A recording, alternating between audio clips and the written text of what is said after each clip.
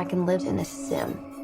Bugün lazer kılıçlarını ve klişe uzay gemilerini limanda bırakıyoruz. Yarının dünyasına belki de kapımızı çalmak üzere olan o tekinsiz geleceğe bakacağız. Teknolojinin ruhumuzu ele geçirdiği, izlerken telefonunuzu korkuyla masaya bırakacağınız, gerçekliği sorgulatan 5 fütüristik bombayı masaya yatıracağız. Eğer hazırsanız beyninizi yeniden formatlamaya başlıyoruz.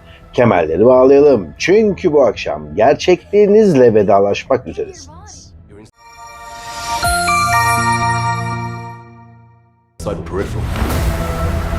Listeyi Cyberpunk'ın babası William Gibson'ın zihninden çıkan bir başyapıtla açıyoruz. Başrolümüz Chloe Grace Moritz yakın gelecek Amerika'sında bir 3D baskı dükkanında çalışıyor ve aslında o bir peripheral pilotu. Dizideki 2099 Londra sahneleri için mimarlarla özel bir çalışma yapıldı. Dikkat ederseniz devasa klasik heykeller göreceksiniz. Bunun sebebi gelecekteki dünyanın teknolojik bir çöküş sonrası klasik sanata ve yapıya geri dönerek istikrar arayışı. Bu dizi bir VR oyunu değil, bir zaman tüneli. Veri kuantum tünelleme ile geçmişe gönderiliyor. Yani izlediğiniz şey bir simülasyon değil. 70 yıl sonrasının gerçek fiziksel dünyası. Westworld'un yaratıcılarından çıkan bu iş, gelecek aslında şu anımızı nasıl sömürüyor sorusuna en gurme cevabı veriyor.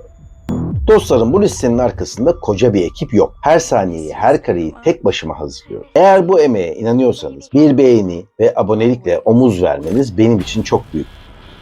Astronot Joe uzaydan dönüyor ama aslında o artık bir üst üste binme kurbanı. Noomi Rapace'in devleştiği bu yapım, kuantum fiziğini sadece bir dekor olarak değil, hikayenin kalbi olarak kullanıyor. Dizinin temelinde yatan overview efekt, gerçek hayattaki astronotların dünyayı uzaydan gördükleri ve yaşadıkları o derin bilişsel değişim. Ancak dizi bu manevi tecrübeyi bir kabusa dönüştürüyor. Joe iki farklı gerçeklik arasında sıkışıp kalıyor. Bir evrende kızı varken diğerinde yok. Setteki sıfır yer çekimi sahneleri için o kadar titiz bir wire work, yani tel çalışması yapıldı ki oyuncuların nefes alışverişleri bile fizik kurallarına göre senkronize edildi. Eğer Severance'ın o tekinsiz atmosferini sevdiyseniz, Constellation size uzay boşluğunda geçen bir psikolojik labirent sunacak. Nana? Where is she? You need to help me. I need to go back to her.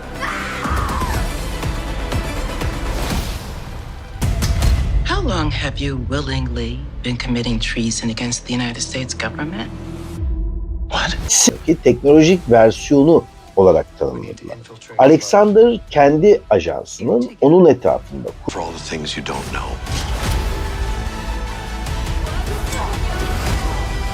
No matter what anybody says, I did not betray this country.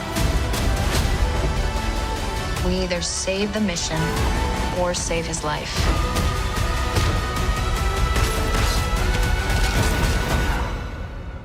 Damián Riskin. Os presento a Día 1.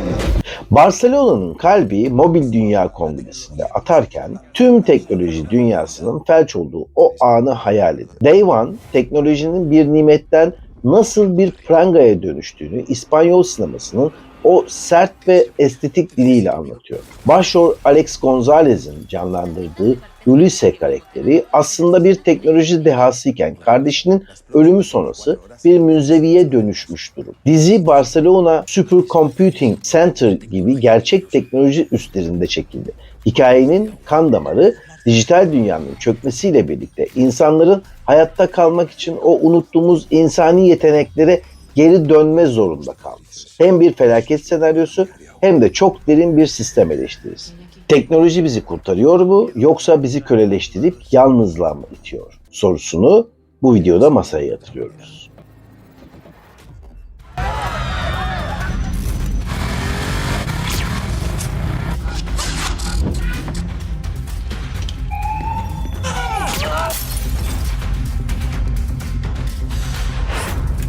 Algún precio había que pagar por vivir en un mundo feliz, ¿no crees? Día 1. Something happened to me, but you wouldn't believe me if I told you. Listeyi bilim kurgu yazarı Blake Crouch'un bizzat senaryosunu yazdığı o devasa soruyla kapatıyor. Eğer hayatınızın kırılma noktasında diğer yolu seçseydiniz ne olur? Joel Edgerton'ın paralel evrendeki başarılı ama yalnız versiyonu tarafından kaçırılan bir fizikçiyi canlandırıyor. Blake Crouch, kuantum mekaniği üzerine 10 yıl çalıştıktan sonra bu kitabı yazdı ve dizideki box yani kutu tasarımı tamamen teorik fizik kurallarına sadık kalınarak oluşturuyor. Bu bir aksiyon dizisi değil. Bu bir insanın kendi seçimleriyle girdiği bir savaş.